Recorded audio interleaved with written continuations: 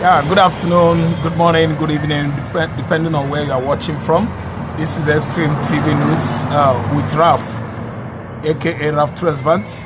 I'm trying to, follow chronologically how the problem of, the southeastern Nigerian people started. Though everybody knew it was a very, very long time ago. Just let me say 60, barely 60 years now. Because 1966 till now is 59 years. That is some months away. Let me just say 9 months away from 60 years. Old problem of Igbo man in Nigeria. It is something that we don't need to prod or put much our brains under pressure before we could actually know that it's been a very long time problem, ethnic problem, political problem, social problem, tribal problem. Yeah, of Igbo man. It actually started around 1965, 66, when it was obvious that virtually every, federal agencies in Nigeria were occupied by the Igbos. And who were in charge of Nigeria then? It was just barely some, let me say, 5 years ago when the people that were in charge left Nigeria. I mean the colonial master, the supremacists, British supremacists. And they still actually find out that even before their exit from Nigeria, it was Igbo man, virtually all facets of life. Every vacancy of public institutions in West Africa, Nigeria, West Africa, were occupied, filled up by the Igbos. I would just like to remember for you that as of 1930s, it was the Igbos because the richest man in 1940s, in 1950s, at least, was the Igbo man. Ojuku's father, I think his name is, Linus Ojuku.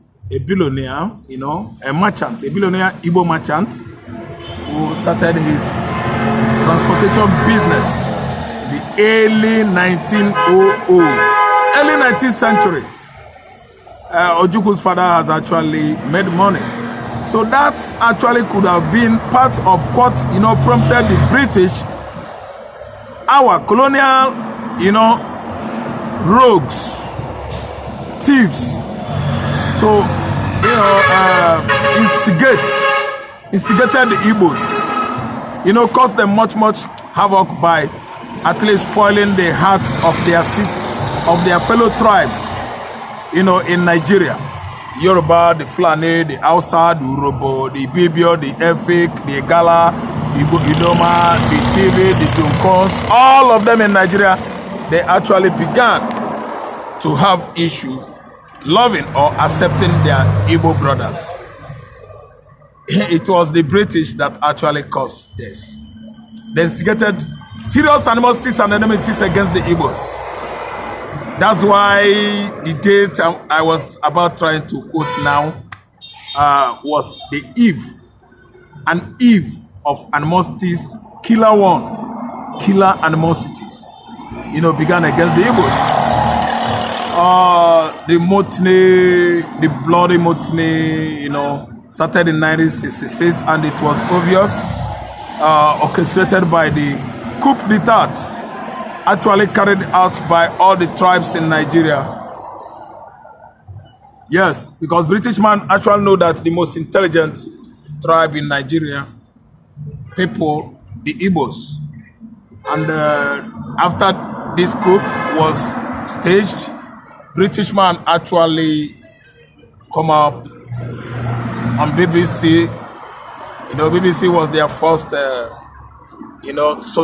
media, let me say, media establishment in Britain, in the UK. It was the greatest ever in the world.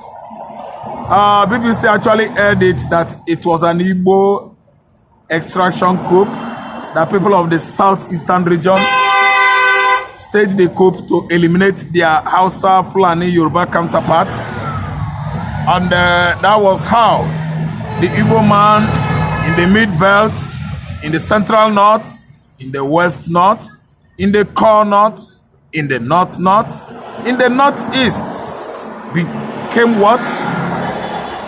Over-estranged with the danger, not even ahead, with the danger within. Instant danger. They started mutiny. They started mutilating. They started spying, unaliving Igbos, both pregnant women, children, sons and daughters, husbands and wives. Pregnant women were, subjected to this kind of, let me say, wickedness or cruelty.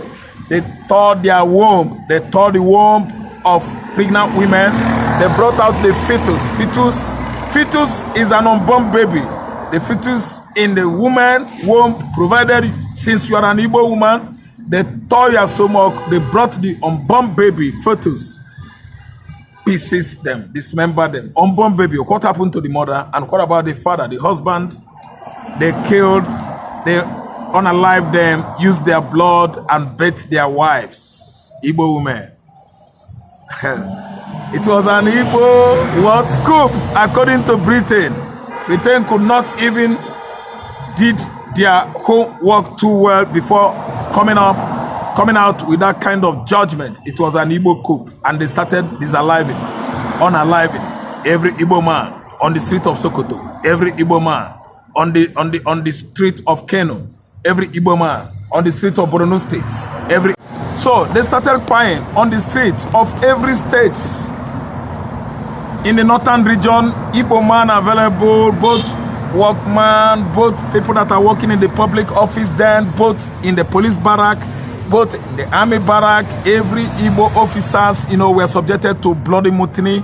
They actually killed the whole Igbo military officers. All the young, the old, female and male were subjected to what?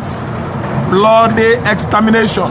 The Igbos were exterminated in their large numbers at the barracks, police barracks, and both soldier barracks.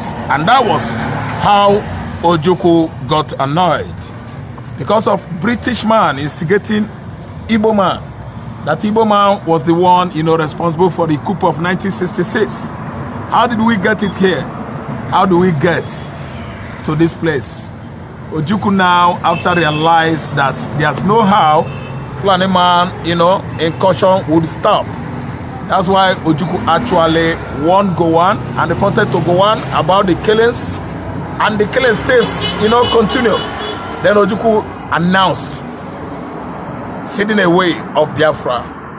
Yeah, that was May 1967, sorry. It was May 1967. Biafra at least ceded away from Nigeria. Why? Because of too much animosities. Bordering on killings, spying, unaliving Igbo man in their large number. Then Igbo man actually exited Nigeria, trying to be on their own, working hard, even coin out their own, currency. They had their own central bank down, building airport, and other facilities that is needed to make up a nation. It was complete. The Department of Logistics, yes. The technologists, yes, they are there. Everything in place. The transporters, everything, transportation ministries, everything in order. All the machineries needed to be in place to run a country. Ojukwu actually made sure they were all down, ready. And that was how we found ourselves here today. And Nigeria began to work on their own. Biafra began to work on its own. And until when Nigeria could not further, could no longer move or forge ahead, they actually staged attack to come and snatch the land of Biafra by force from the Igbos. That was how resistance started. Biafra did not go into war with Nigeria. Biafra was just sitting back, defending themselves from attack of the Fulani incursions. The Fulani incursions continued accurately, exactly 1967, and the war began to erupt. From 1967-68, we were resisting. 68-69, we were resisting. Until 1970, when it was obvious that Nigeria could not even win the war, Because Igbo kept on defending and defending. They were disaliving Igbos. Igbos were disaliving them using all the tools available. I mean, the weapon, you know, the wonderful crafts, deadly one.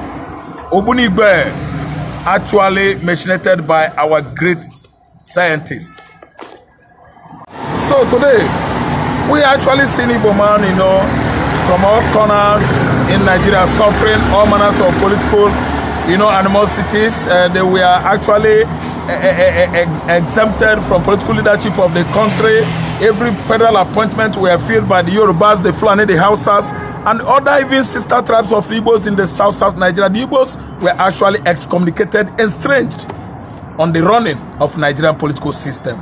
And today we've seen ourselves here. Even it happened hard that at a stage, the Igbos don't care again. As I'm talking to you now, Nnamdi Kanu is in trouble. No Igbo man cares. Why? Because Igbo man is used to that. To stay and leverage on his own. Work hard and make money and live on his own without depending on the Yoruba, the Hausa, the Fulani, even on the political gains of the contraption called Nigeria. The Igbo man began to be an independent man, which is why we don't care today. It has degenerated to the stage that even Igbo man's position today, they don't care because most politicians are leveraging, you know, on what they realize from the central, thereby turning their back on the most of the complaints or sufferings of the Igbos, which is why Mazi Nnamdi Kanu is in today. Everybody turn their back on them. Who is the cause of Kanu's problem? Nobody. I'm always telling people it's not the Igbos, only that the Igbos are tired of, you know, meddling, you know, spending money, fighting, working hard. That's why they actually leave Nnamdi Kanu on his own, including Simon Ekpa, who was trying to resist the Fulani conscience and the encroachment along the topography of Igbo land. He was seized in the faraway Finland. Finland government seized him for how many months now? Up to 3 months. And I don't care attitude of the Igbos, always as a result of what actually transpired in 1966, 67, 68, 69, and 70. No Igbo man is interested to at least bruise his body again over what concerns Igbo man. Ojukwu did it once. He lost out. No Igbo man even showed remorse. The Igbos were not remorseful. They actually turned their backs on him. Some even actually accused him of being, you know, over-pampered by his father. And today, I'm telling you that Igbo man is tired. What are we going to do about this trouble? That's why it seems as if we are actually not concerned about what is happening to us. You know, we are concerned. We are showing most concerns because the generation today are the young children of, in those days of yesterday, those ones that were born during the war. Their moms carried them as, you know, pregnant women. And after the war, this time around, they have now begun to ask Nigeria, how far? What about reparation? What about reconciliation? What about the compensation you actually promised? You have not come out with it, which is why our generation has stood up to ask why Nigeria still turned their back on Igbo man after the war. Of course, no conqueror, nobody was defeated. But today, the political interests and gains are just only capitalized on the northern Fulani and southwest Yoruba. Well, how far about Igbo man? No, they were rejected, they were defeated, they were slaves. Of course, someone came out and wrote a book and actually exonerated the Igbos, vindicated them that they are not the only people that caused the pogrom, the coup of 1966, that actually disallowed many Hausa, many Yoruba, and many Fulani. It wasn't an Igbo coup. Someone said the truth and it was about, you know, jailed, was about to go to prison. Many people are gathering. I mean the lawyers in the southwest to take Babangida to court because he said the truth and they exonerated the Igbos. A situation whereby the Igbos have been at least vindicated is now a situation whereby the actual testifier, someone that has come out to tell the whole world that it was an instigation by the BBC, British people, British colonial, you know, supremacists who actually lied against Igbo man. Today, they don't want to at least celebrate the man that said the truth. Rather, they want to crucify him. Yeah, that's why we find ourselves here, and the Igbo man, it seems to have not shown any concern about what is happening to him. In the eastern states, their southeastern states, they actually held all the security outfits guiding our forest. our farmlands across Ebonyi, Enugu, Anambra, Imo, Abia State. And of course, nobody is showing concern until they actually hold the man that is fighting hard, fighting back to the Fulani herders, killer herders that have been at least killing the Igbo farmers, killing the Igbo communities, sacking various communities like as it is now in Idago, Enugu State, Ebonyi State, Enugu Ezike, Hamufu. Everybody abandoned their community because someone that is giving us the security, making sure that all the security outfits in Igbo land are being taken care of. Simon Ekpa is down in prison. And today, what are we saying? We are celebrating mediocrity. We are celebrating blood, innocent blood of our brothers in Igbo land. They were being maimed and killed recently. Yes, because why? Igbos. Disunity among us, associated by the Fulani hegemonies, selling all manner of instigation and the bad bloods and the apple of discord among the Igbos in the southeastern Nigeria. That's why nobody cares again to listen to each other about what's up in Igbo land today. They are not showing care. They don't care. Fulani has come and actually invaded the whole forest in the southeastern Nigeria. Nobody cares. They are killing in Enugu people in their large number. The other day, Hamufi, Halmona. The other day, the film village in Enugu State were invaded by the Fulani headers, killer headers, and killed, and they actually annihilated everybody at sites with AK-47, AK-49 in Igbo land. And what matters most now is that most of the Igbos that tried to resist these Fulani killers were at least worst enemies of the Nigerian military forces. The police and the soldiers in the southeastern Nigeria are making sure that they slug it out with Eastern Security Network, who are no longer at sight now. They actually disappeared so that the whole world will see the cause Simon Ekpa was fighting for, the cause Nnamdi Kanu was fighting for. They are fighting the cause for the defense of Igbo man against incessant, often regular Fulani killer headers incursion in Igbo land. I hope Britain is watching. I'm hoping Finland is watching. I think and I believe that the congressmen, the American lawmakers, they are feeding their eyes with much information tabled before them. Then, by Mazi Nnamdi Kanu and Mazi Simon Ekpa Njoku. This time around, action speaks louder than voice. They are all witnessing what is happening in Igbo land currently. There's no security anymore. The Fulani killers, the headers, they have actually occupied the whole forest in Igbo land, buying, unaliving, and disaliving all Igbo farmers, Igbo communities, Igbo farmers that are living in their various slums in the farmland have been pied, exterminated at their large number. And today, we have arrived to tell the whole world, we don't need to go to ICC again, International Criminal Court. The evidence is here. They are going to watch by themselves how often the Igbos are subjected to at least pogrom shootings by Fulani men that were given the authority by Nigerian government to wield arms, AK-49 and AK-47, and none of them has been able to at least come to the court to testify how far, how long they have been killing people in their various farmland. Igbo man is no longer showing concern on what is happening to themselves because the governors, nobody has been able to come out and stop Fulani in the southeastern Nigeria. The man shot at Nkwere Izunako, axis of Nsugbe, Mwere and Agloeri yesterday.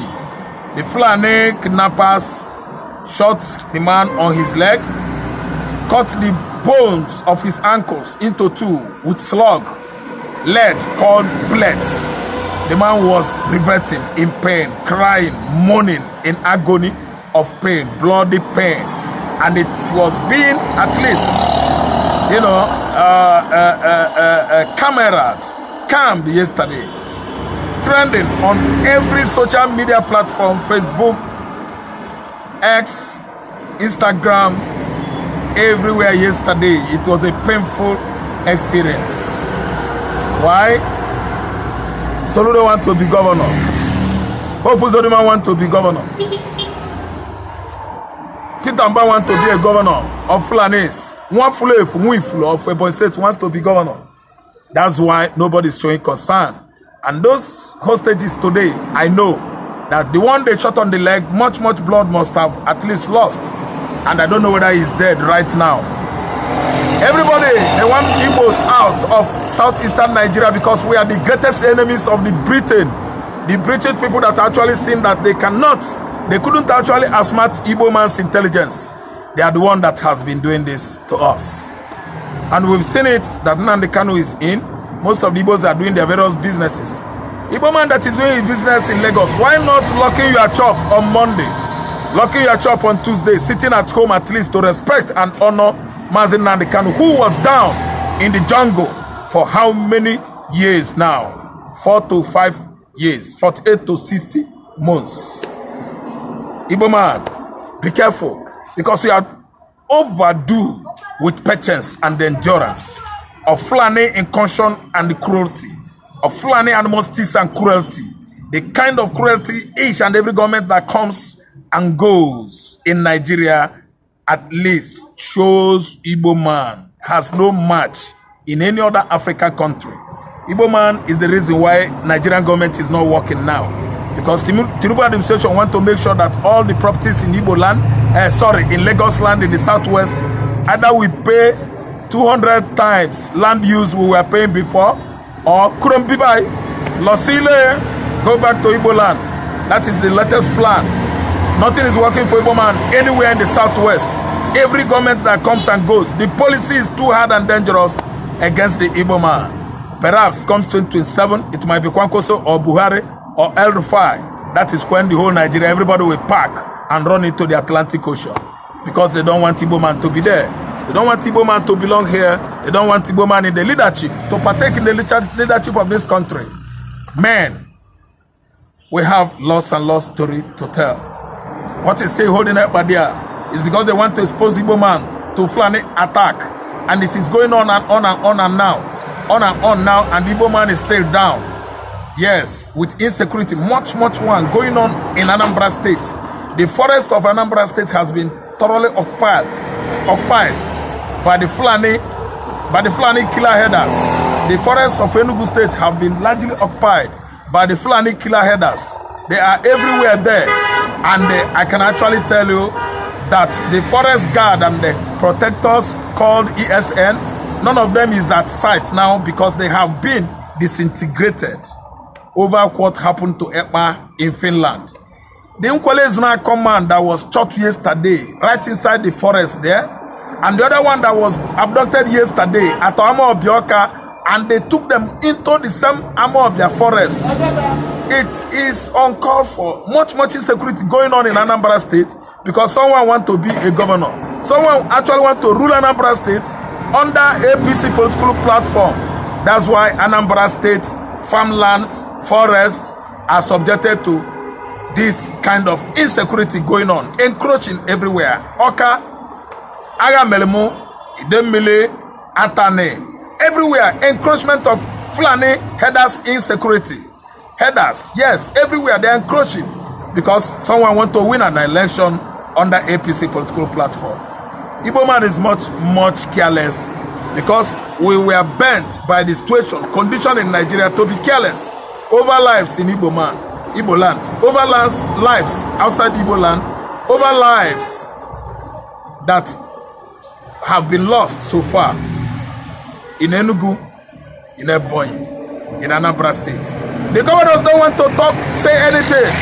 Tell me the incursions of the Fulanis, headers, killer headers going on in the southeast. If it could be even in the middle belt, the governors over there, they would talk.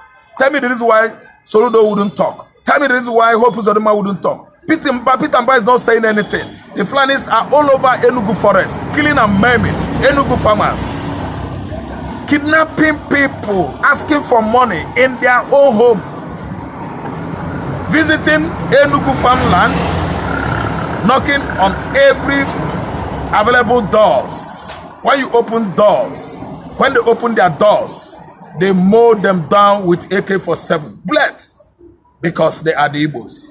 Fulani everywhere. Hamufu, Enugu Ezike, Igbo Eze, Igbo Etiti, everywhere. Yes, Nsuka, Ihalumona, Edebo Nsuka, everywhere. Bakliki. Fulani has actually succeeded on invading Igbo land. And no governor is talking because they want to be receiving allocation from the central government. Federal government should be sending money on a monthly basis. The Igbo man will be losing their wives, their husbands, their children in large number over allocation money that goes down to southeast.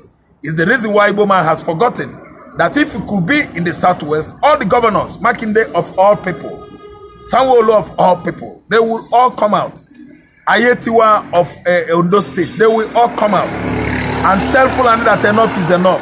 Nobody is talking to Fulani. Fulani has taken the Igbos as slaves in their homeland, miming and shooting them, and each and any time they try to rebuff or at least resist the Fulanis, the soldier, the police, they will actually come out en masse and attack the local vigilantes in their large number, so that Igbo man will be thoroughly exterminated. US escaped extermination and the extinction of 1966 and 67. In this .com age, why won't you rise up and defend yourselves? Yes, it's an incursion by the Fulanis, it's an incursion by all the 5 state governors that are not saying anything. It is something as incursion as well. They are palling and romancing the Fulani killer headers, spying and disaliving Igbo farmers, spying and disaliving Igbos in the township, kidnapping in various communities, to the level that he has come to my own community, which has given me this much concern to actually disseminate this message, onto the social media, for it to go viral. That Fulani has come, they have invaded Anambra State, the whole forest in Anambra State. Fulani are there, killing and maiming, disaliving farmers in their large numbers. I'm just giving you this information. If you're an Anambra man, you happen to come from America or Britain, newly, be careful. Ask questions. Ask questions too well before you begin your movement. And once it is 5:30, make sure you do what? You go home. Go and rest. Stay indoor. Don't go anyhow. Igbo land is a no-go zone. It's a war-torn region in Nigeria today. All in the name of selfish politics played by the 5 states governor we have in Igbo land. I think I have to rest here until when I come again tomorrow. I will actually update you with what is going on currently in Igbo land. God bless you.